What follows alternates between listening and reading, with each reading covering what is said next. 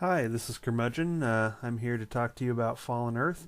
I thought I'd throw out a few tips for people who are starting the game up that just released.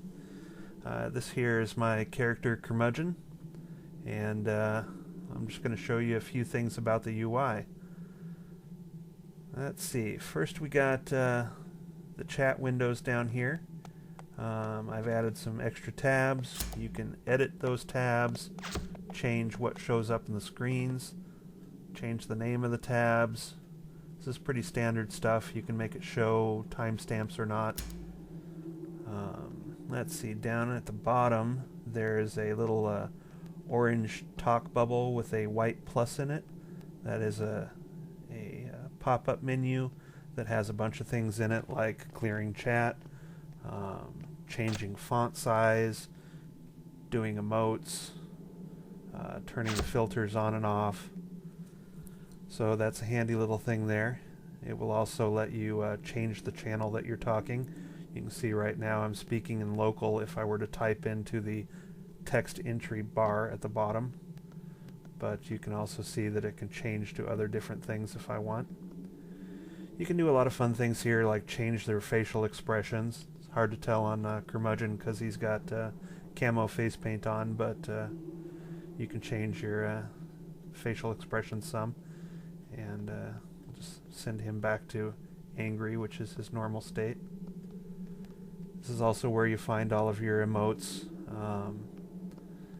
Pretty much everything you can think of here. You got various actions like pointing and good PvP communication skills there, and of course dancing. This looks completely awkward, having my mean old military guy doing the robot. You can also see his arms stay with his weapon.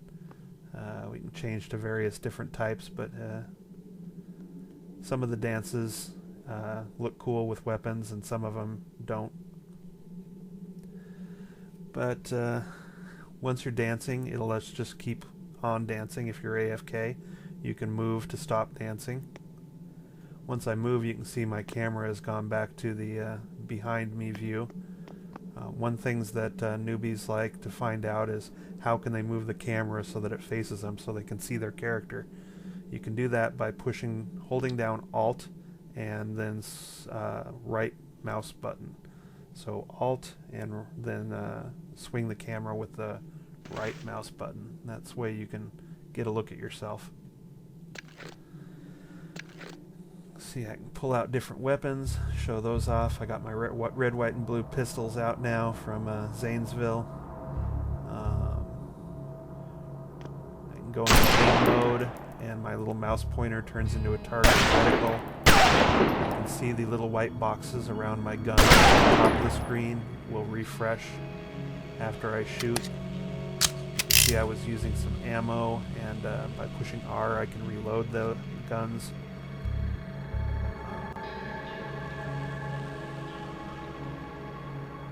One thing new people don't often know, because it isn't explained well, is that when you're dual wielding, your left mouse button is your primary weapon, your right mouse button is your secondary weapon. So you actually end up pushing both mouse buttons to shoot both weapons. As you can see, while I was talking there, I was able to move around my hot button key by stretching the corners of it. Here I'm looking at the filter on my backpack. You can make it so that you have a bunch of different tabs so that all the stuff you find will actually be sorted for you into different types of stuff.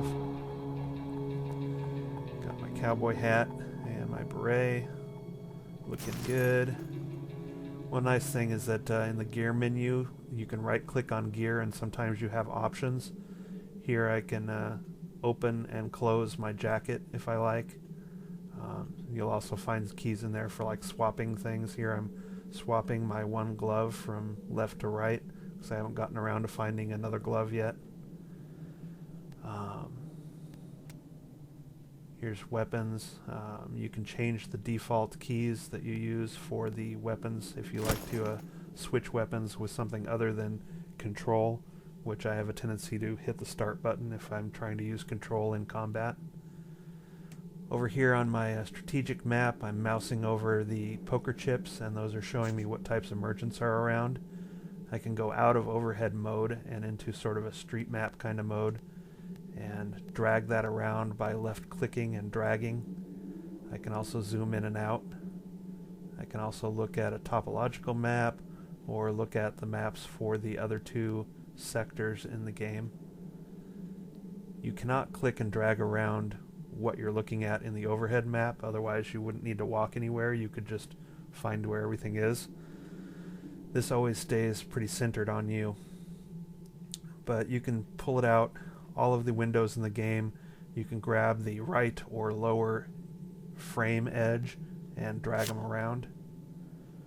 If I click here, I'm going up into my attributes. This is where you find your stats and your skills. I won't talk too much about those because those are pretty self-explanatory, but you can mouse over things to get a better look at them.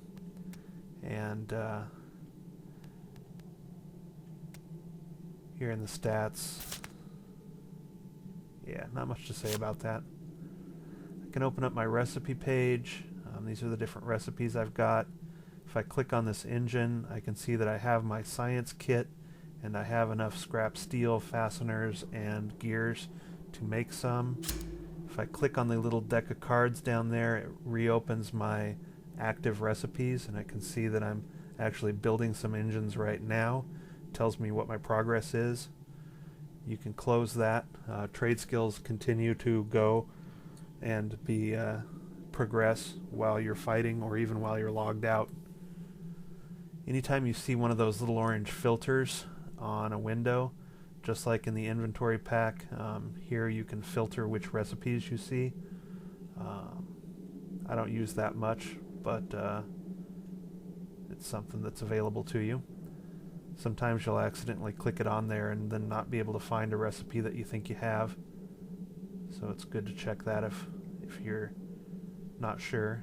Here I've clicked on a horse bridle, and you can see I do not have my training kit and I do not have the components. It shows me the time. It would take 6 minutes to make that bridle, but it would only take 4 minutes if I'm in a nature workshop. Let's see, what else can I show you? Here's the mission tabs. Not too much to talk about there. As you select on missions, the little red X's on your radar and on your big screen will move around. You can zoom in and out on the radar. That green spot on my radar is where my horse is parked, so that's a good frame of reference. That green dot there. Attributes, we've already sort of looked at that. Gear, we've already sort of looked at that.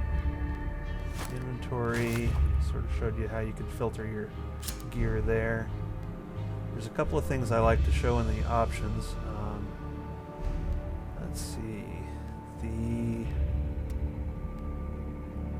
are all pretty standard, but under general, there's an NPC glow. When you target an NPC, they get sort of a yellowish tint to them, and that's ugly, so I turn that off. The other is the auto first person. Now whenever I go into, if I have that on, when I go into aim mode, I'll automatically go into first person mode like that. And if I take it off, I will stay in third person mode. Here's also some combat keys where you can change your mappings if you like things arranged differently. I'm gonna run downstairs. Here's some dude, probably AFK crafting, doing the thriller dance while he's doing it. I'm in a science workshop, so there's a bunch of people sort of standing around working on their recipes. I'll go outside here. It's a busy place. Lots of actual players running around. This is my horse. When I approach it, a little riding horse window comes up. I can click on that to target my horse. You can click inventory. You can see I have some horse feed stored on my horse. You can look at your horse's stats. When you mouse over the horse, your pointer turns into a little horseshoe, and you can click on your horse to mount up. And those are sort of the main things I wanted to talk about. Just some quick tips and me playing around with fraps. And I hope you found some interesting stuff here, and if you're not playing the game, give it a try. Thanks. Bye.